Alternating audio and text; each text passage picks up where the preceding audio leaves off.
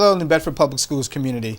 I hope that everyone is doing well, and I appreciate your time for the next few minutes as I share a few points, including our plans to expand Cohort A to have more students participating in in-person learning. First, parents, thank you for partnering with us and for being partners and entrusting us with your children as we continue to work to support them during this time. I want to start with a couple of key points, but I also want to extend congratulations to both our boys and girls basketball teams for winning in the playoffs, and we want to wish them well in their next game. Several sports teams, including indoor track and football, are gearing up for the Fall 2 season, which starts on February 22nd. The weather has been a little interesting lately with the unpredictable amounts of snow and the disruptions to the teaching and learning. But please know that all decisions around bad weather are always based on the safety of our students and the safety of our staff, who must be able to get to the school buildings to complete the teaching and learning process.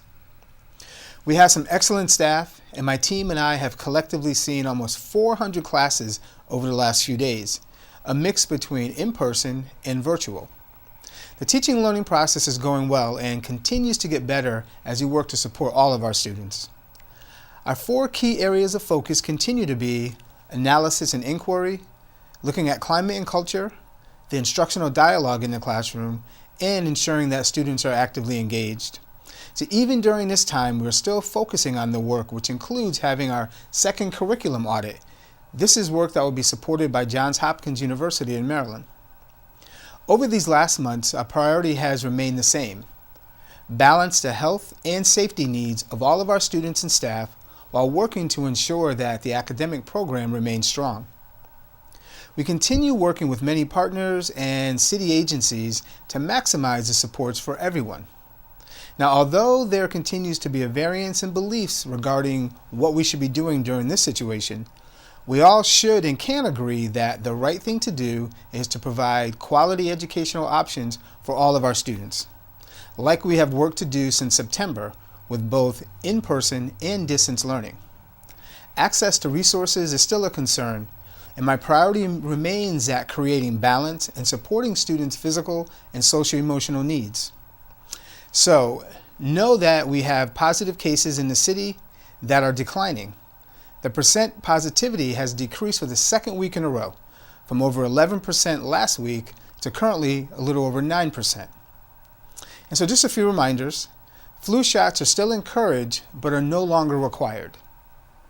And we're moving with a sense of urgency to prevent, recover, and accelerate student learning. This is our intense focus for the next several weeks and months.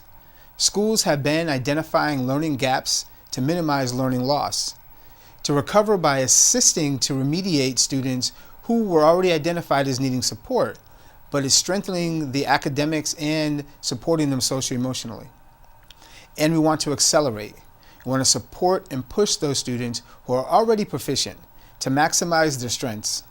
In addition to the academic component, health and organizational structures remain key areas that receive a parallel attention. As I shared at the recent school committee meeting, we plan to expand Cohort A to include more students to participate in the in-person learning part of the process. Our current requirements, including CDC guidance, will all remain in place. This expansion would first prioritize elementary students with the highest needs and include the earliest grades.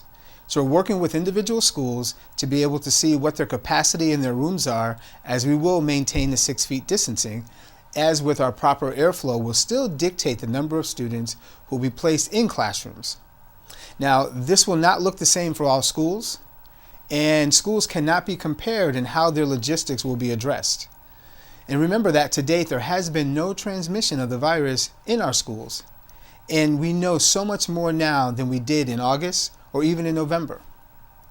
Our overall mitigation strategies are working, so please remember, mask wearing is a requirement.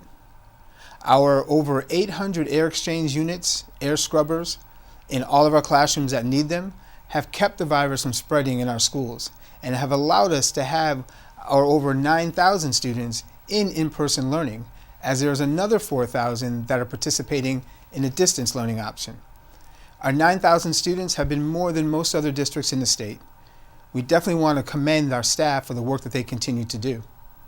And so as I close, please remember that my immediate priority is to support our children's mental health, prevent learning loss, recover any current regressions, and accelerate learning. We will focus on critical and analytical thinking skills, vocabulary and math computational skills. We will be providing tutoring services in the coming weeks for students in all grade levels. Schools will be reaching out to families to make sure if their student is in need of those services, they will have that support. I know that we're all getting tired, but the benefits of keeping the mask on and being temporarily separated from others for a little while longer will help us in the coming months and years. So again, thank you for doing your part.